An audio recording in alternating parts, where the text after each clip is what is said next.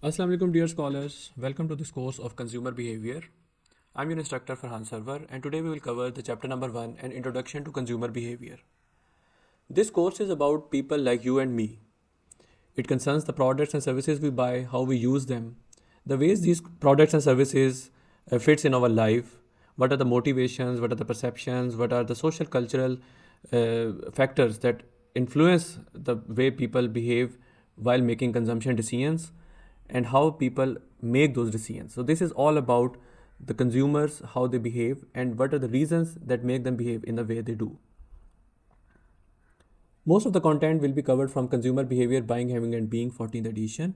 Some of the content is also borrowed from Consumer Behavior Building Marketing Strategy. So this chapter number 1 is about an introduction of the field of consumer behavior, why it is important to understand how people interact with the marketing system. Following is the outline. First we will define the consumer behavior, consumption as a process, what does it mean to consume, how consumer behavior relates with marketing strategy, and what is the holistic model of consumer behavior.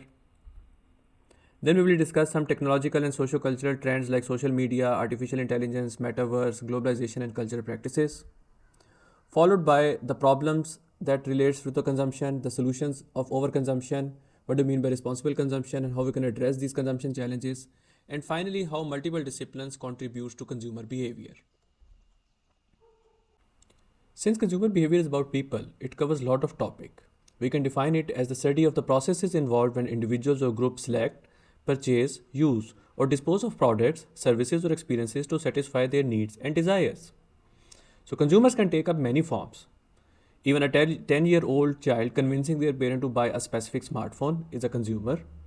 Similarly, an executive in a large corporation who helps to decide on a multi-million dollar computer system deal is also a consumer.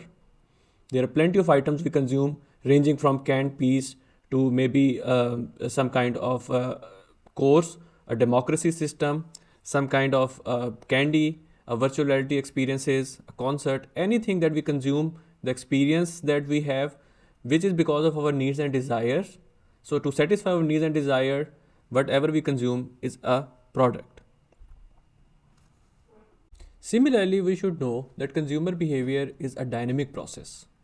It is an ongoing process that extends beyond the moment a consumer hands over money to purchase something and the moment consumer start using it and then the consumer dispose of it. So it's a dynamic and keep on going process which extend beyond the transaction itself to involve identity and the self-expression.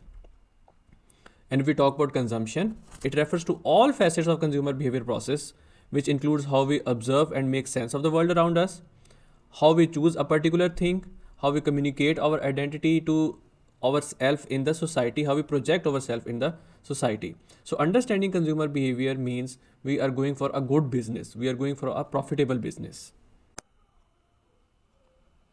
So let us remember the 4 key aspects regarding consumer behavior. First, it's a complex multidimensional process because consumer decisions often involve numerous steps and they're influenced by a host of factors including such as demographics, lifestyle, and cultural values. Furthermore, consumer decisions are complicated because their needs and their wants are composed of multiple individual and groups considerations. Second, successful marketing decisions by firms, non-profit organizations, and regulatory agencies requires an understanding of the process which underlies the consumer behavior. This may relate to understanding theories about when and why consumers act in a certain ways. Whether they realize it or not, organizations are making decisions on everyday basis based upon these explicit and implicit assumptions about the consumer behavior. Third, successful marketing decisions requires organizations to collect information about the specific customers involved in the marketing decisions at hand. Consumer decisions are heavily influenced by situations and product category. Therefore, consumer research is necessary to understand how specific consumer will behave in some situation for a given product category. And finally, marketing practices designed to influence consumer behavior involve certain ethical issues that may affect the firm, may affect the individuals, and may affect the society overall. These issues may not be very obvious, and many a times there are multiple trade-offs that a company or an individual have to look at. For example, like the fast food industry is currently dealing with such issues of like health issues and the way they are making some high fat foods, and they're affecting the consumers, high calorie foods that are affecting the consumers. There is a lot of health issues that are on rise. So these ethical issues are very important consideration for the consumer behavior, study of consumer behavior. So what are applications of consumer behavior and why we study this course? First is the marketing strategy. You must have read about marketing strategy in your previous marketing course, which is a comprehensive plan which outlines how a business will reach its target audience and how it will achieve its marketing objective. Previous studies have shown that marketing decisions which are based on explicit consumer behavior theories, assumptions of consumer behaviors, and research related to consumer behavior are more likely to be successful than those which are based upon intuitions, your hunches, your own personal likeness or dislikeness. Therefore, consumer behavior and marketing strategy together creates a competitive advantage. We are going to discuss further in the next slide about marketing strategy and consumer behavior. Now, the second application of consumer behavior is regulatory policies. Various regulatory bodies, they actually exist to implement policies or develop policies to aid and protect consumers. So multiple kind of authorities like drug and food authorities, like energy policies, they all relates to the consumer behaviors, and it is very important to study what consumers actually need and what leads to consumers well-being as well. So that's also part of consumer behavior. To understand consumer behavior is part of regulatory policies, and it's important for that. Third is the social marketing. We define social marketing as the application of marketing strategies and tactics to alter or create behaviors that have a positive effect on the targeted individual or society as a whole. So, if you are willing to market things like reduce smoking or to increase a vaccination drive, these all these kind of social marketing strategies requires a sound understanding of consumer behavior. Final application is the informed individuals. So most economically developed societies are actually consumption societies nowadays. So it is very important that consumers accurately understand the strategies and tactics that are being used to market the product so that they can be a more effective consumers. They need to understand the strategies that are used by the marketers to market their products, because marketers are spending billions to influence the consumer decisions. So if consumers know about their tactics, they will be more responsible consumers as well.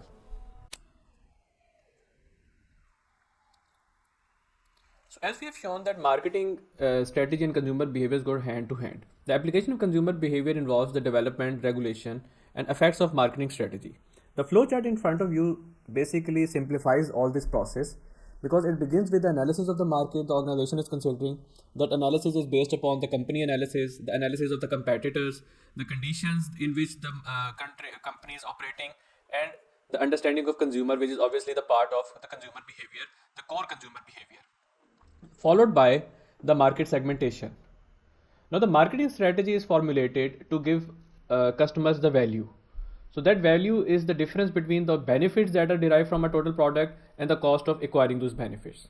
So, before going to offer the product, the market needs to be segments, the demographics needs to be known, which groups needs are met by the particular product, how these groups are going to be selected. Some groups are to be selected and some groups are not to be selected. So that's an important consideration, the market segmentation. Then comes the marketing strategies, which often is described by 4Ps, or here we can describe as like the product, the price, the distribution, the promotion, and the services that the particular company is offering. And as we need to understand the concept of the total product. The total product is basically is the whole experience that a person is being given is called the total product. So that experience may not have the tangible item, it may have the experiences associated with a particular product. And finally, and before finally, actually there's a consumer decision process which is based upon the problem recognition, why we need that particular product, the information search, the alternative evaluation, the actual purchase of the product, the use of the project, and what are the reviews of that product. And finally, what are the outcomes? So the final step in the marketing strategy or execution of the market strategy is how the firms, the individual, and society are expect to benefit from that. What is the effect of that whole process on these individuals, firms, and society? Is the firm getting its profit? Is the society is affected by this product somehow? Is the individual affected by some product somehow? So this whole flow chart that starts with the marketing analysis and outcome involves the knowledge of consumer behavior, While making the marketing strategy, we need to have all these steps met one by one and deeply understand how consumers are going to react at each step. This slide shows a journal structure and process of consumer behavior in a very holistic manner. It explains that the whole decision making process is externally influenced by things like culture, subcultures, demographics, social status, reference groups, family, and marketing activities of the company. Then there are some internal influences like perceptions, learning, memories, motives, personality, emotions, and attitudes. This whole leads to the self concept and the lifestyle, which are basically within the mind of the consumer. If it needs to satisfy their needs and desires, then comes the decision process. So in what situations the decisions are being made, the buying decision process actually we're talking about, the problem recognition, the information search, then alternative evaluation and selection, then outlet selection and purchase, and then post purchase processes. This leads to the experiences and acquisitions back to the internal influences, and experiences and acquisition leads back to external influences as well. So this is a overall holistic model of consumer behavior. So how we are going to study this in this particular text? First of all, we are going to understand the foundations of consumer behavior, that is chapter number 1, buying, having and being, an introduction to consumer behavior, what we are discussing right now. Then we are going to discuss the customers' ethics, the marketplace and how it affect the planet. Then when we are going to make sense of the world, that is an internal process, the perception, the memory and the motivation will come play its part. Then we are going to buying a product or making a choice, the attitudes, the decision making and buying, using and disposing the product will play its part. Then being, using products and create and communicate the identity. The identity is important part of consumer behavior. So how the identity and the self is going to come into action, how the personality, the brand personality and the individual personality, their values, their lifestyle going to come into action, and how the social and cultural identity, which is an external influence, plays its role. Finally, the more towards external influences, we are going to discuss the belonging part. That is, what is the impact of groups, the culture, the subculture, the social status, and family while we are making decisions in a consumer behavior jargon.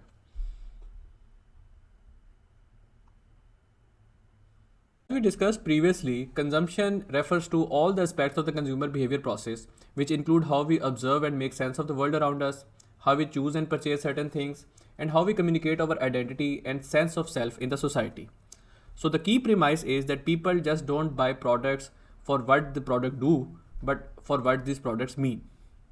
So identity expression is basically practiced through the products expresses personal and social identity. These two aspects are important because identity is a multi-layered concept. It involves both our social self, the how we express ourselves in the society, and our personal self, how we view ourselves. And there are multiple factors that affects these identities. These factors can be like age, gender, ethnicity, racial background, religion, how we grew up, the kind of social media we are using. All these factors help to determine which products will push our buttons and which products will even make us feel better. Now imagine, every day you encounter information about many competing products and services.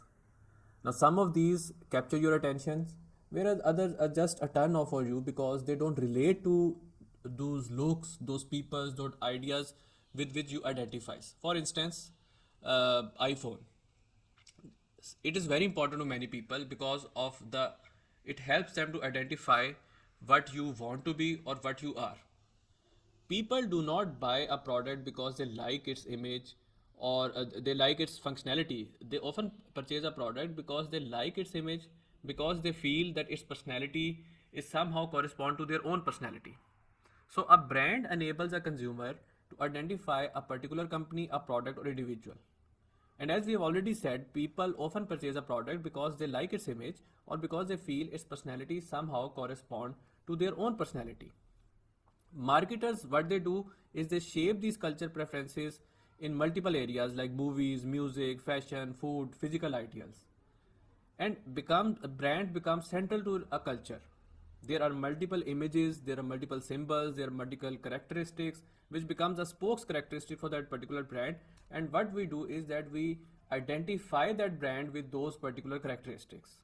There are multiple visual cues. For example, as you can see, for example, Nike has that particular swoosh character that we identify with ourselves. Similarly, with Apple, the half a byte token Apple, that is something that we identify with ourselves, and there are actually a part of our life. We are actually seeing those images in our mind. We are actually feeling that those images are actually part of our life. So that is what a brand does to a particular person. So uh, brands shape our opinion and desires based on a mix of voices from around the world, which is actually a global village. Everyone is actually going through the process of being bombarded with the brands all around us. So brands are an important consideration in consumer behavior. Understanding branding is important to understand consumer behavior. Many of us who are going through this course would be those who would take for granted things that not our grandparents would dreamed about, but people from many areas of the world would not have access to. Nowadays, we can instantly access people, places, and products with just a click of a link. There are many of us who would travel to remote countries in a day uh, just to purchase some things or just to travel or see around. There are many people who lives in the urban areas and those mega cities which are bustling with the people. On the other hand, there are many people around the world who do not have the basic necessities. They go to bed hungry, and there is a lot of pollution in the in the air, in the soil, and in the water. So all of these things somehow relates directly to our understanding of the consumer behavior, and we are going to see them one by one. First of all, the thing that has revolutionized the communication, or known as the horizontal revolution, is the social media. Word of mouth marketing has always been a major force, but the explosion of social media has taken the word of mouth to a whole new level, because it has created something that is called a horizontal revolution. What do we mean by horizontal revolution? That previously the communication used to flow top down from companies and established media to the recipients, the consumers who were actually passive. But nowadays, the flow of communication is across the regular user, hence the word horizontal. The social media refers to the online means of communications, which leads to collaborations, cultivation of ideas among interconnected and interdependent network of people, communities, and organizations. So there is everyday influence of social media. For example, platforms like TikTok, Snapchat, Instagram, Facebook, LinkedIn.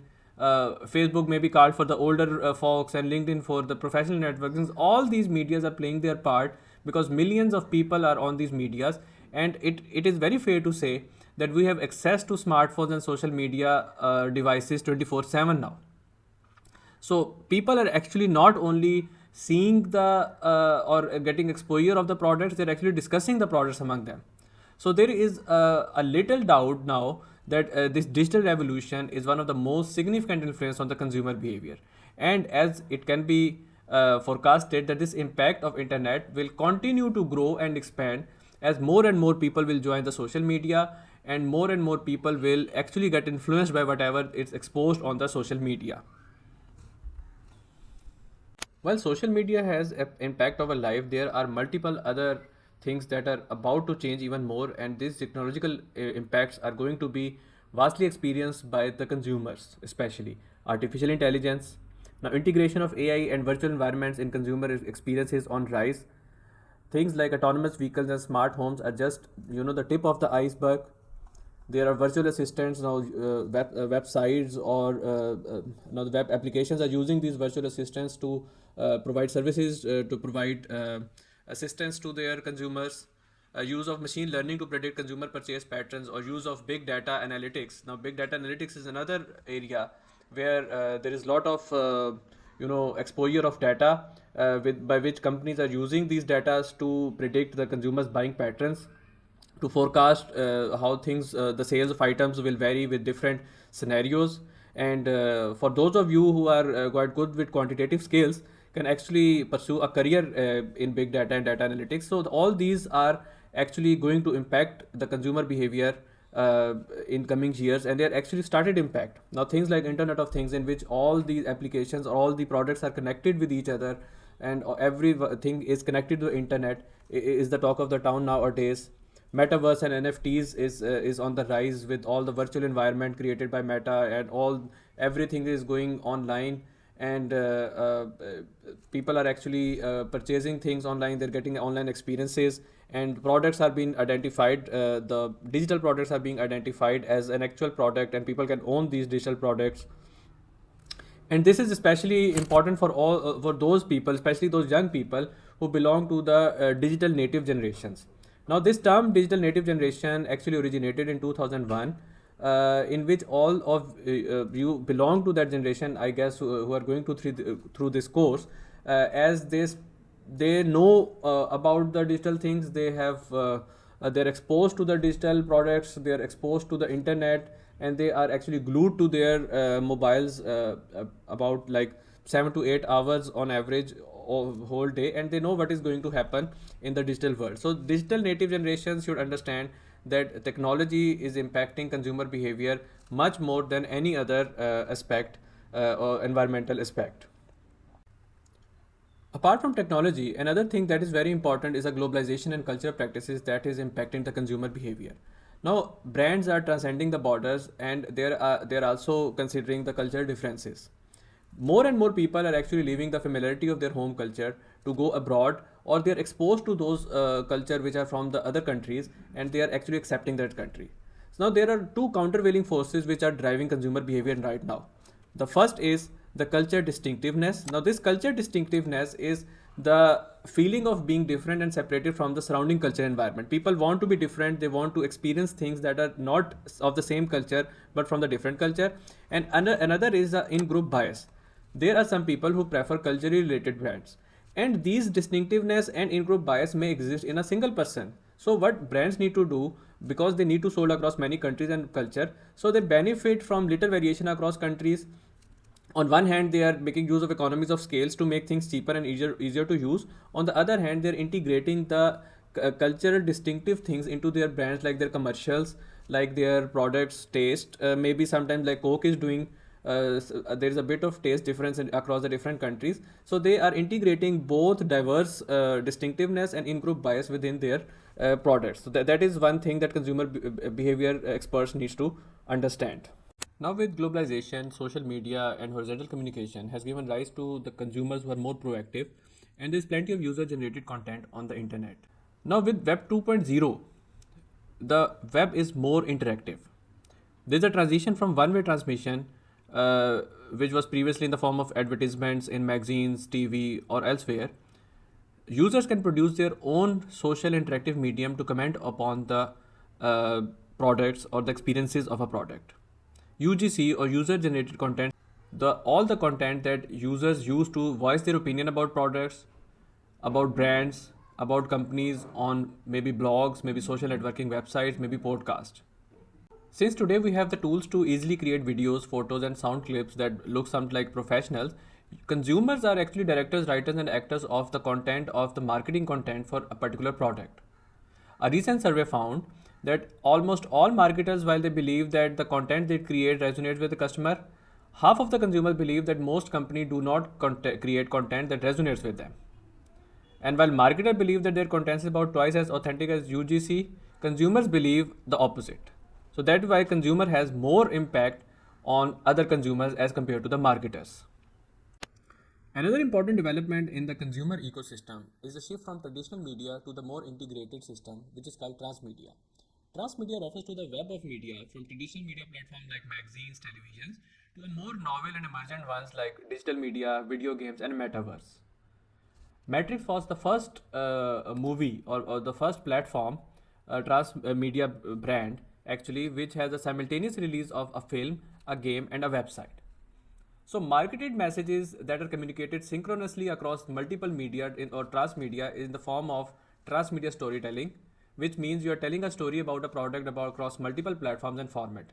So, consumers assess brands and marketing message synchronously through multiple medias. Understanding consumer behavior means you are staying on top of the consumer trends. What does this mean? This means that you are understanding the underlying values that drives consumer to use certain products or purchase certain products and services, and why they stay away from others. And the thing that we have discussed earlier is that since CP is dynamic, is because these values evolve over time. Some researchers or some analysts say that it's about the consumer's experiences that we need to study, and the research has shown that the consumer trend is consistent with their experience of purchasing, which provide greater happiness and satisfaction because this allows them to connect with others in an increasingly impersonal society. So that is why it is important to understand consumer trends. A very simple way that a brand aligns with a dominant value has a better chance of success. Similarly, companies who stay ahead of this in this race has a more time to come up with the new products, to launch a new products that aligns with the customer values. And as these products are released in the market, the customers are going to greet them as they arrive because they are in align with their values. Let's take a sneak peek at some of the important consumer trends that will impact marketing strategies in the near future, like authenticity and personalization. Now, people want companies to be more authentic because they patronize those companies and they want their experiences to be more personalized. In some cases, they want their products to be more personalized. Similarly, there is a blurring of gender identities and gender roles. The products can be used across multiple genders and they are actually not gender specific anymore. Social shopping means like people are actually getting idea of everything that they are purchasing. They are going through the reviews online and they are not making decisions alone. There's more involvement of the family, more involvement of the children, more involvement of the friends while they are making decisions of the purchase decisions. Sharing economy means like there is a blurring of the boundary between the producers and consumers. As every day, more and more people takes a role of like taxi drivers, like with Airbnb, they are becomes hoteliers, and even they are becoming advertising agencies by making their own marketing contents for the company, like they are doing it freelancing or they are doing it on their own out of the love of that particular company. And more people are not even purchasing things, they are leasing things and they are just renting out things to use. Similarly, diversity and multiculturalism is on rise as people are moving across the borders, they are settling across the different countries, so that is another aspect. Income inequality is going to affect the consumer behavior because as we can see that not everyone has the same amount of purchasing power parity. There is a different difference in there is a vast difference in fact for the income across the world. Similarly, healthy and ethical living is on the rise. People want things that are more near to their wellness, that are more prone to their physical fitness. They are also concerned about the environmental sustainability, and this has also given rise to a difference in the social class because there are some people who can afford healthy living and there are some people who just need to live. So this will also create a class, and marketers have to pursue this out of how they can ensure the well-being of all the people or different social classes. Then we have already discussed AI and Internet of Things. That's an important aspect in the consumer trends, and it is going to impact immensely in the future. Then anonymity or privacy, things like data hacking, cyberbullying, and keeping track of consumer trends for the advertisement. This is something that actually consumers do not want, and they are actually being aversive from the social media because of this online tracking and anonymity and privacy issues. The third objective of the current chapter was to explain how consumption both contributes to the world's problems and can be a solution as well. So this comes to the question, what do we really need and what do we really want? Research exploring happiness and meaningfulness revealed key distinction between the two. Happiness is linked to satisfying wants and needs, thinking in the present and being more of a taker than a giver. In contrast, meaningfulness comes from activities that expresses oneself and positively impact others, which is often associated with being a giver rather than a taker. Interestingly, while those with satisfied needs are happier, people who experience worry, stress, or anxiety often lead a more meaningful life. They spend more time reflecting on past struggles and envisioning the future, showing that meaning often stems from engaging with the life challenges. This leads to the distinction between needs and wants, which helps explain consumer behavior in a more productive way. A need is something essential for living or achieving a goal, such as being hungry. A want, however, is a specific way a person chooses to fulfill that need, which is shaped by personal preferences and cultural influences. For example, opting for a cheeseburger and fries versus a sushi or a vegan chocolate. Now, understanding these concepts is key to understanding consumers' motivations. Responsible consumption is not just about reducing the negative effect of consumer behavior on the society. It is also about leveraging consumption as a tool to create a better world. By making more environmentally sound choices, consumers can contribute to a greener planet. For instance, adopting sustainable practices like choosing eco friendly products and reducing waste are small but impactful steps towards environmental well being. Similarly, addressing larger societal issues such as the housing crisis may require more innovative solutions, for example, affordable housing models or creative approaches to home ownership. In the same way, businesses too have a critical role to play in this transformation. Responsible marketing involves balancing customer centric strategies and focusing on the meeting and need of preferences of customer along with a commitment to making a positive impact on both local communities and the planet as a whole. By aligning their goals with sustainability and social responsibilities, businesses can help bridge the gap between consumption challenges and meaningful solutions, which may foster a future where both individuals, societies, and as well as the organizations thrive.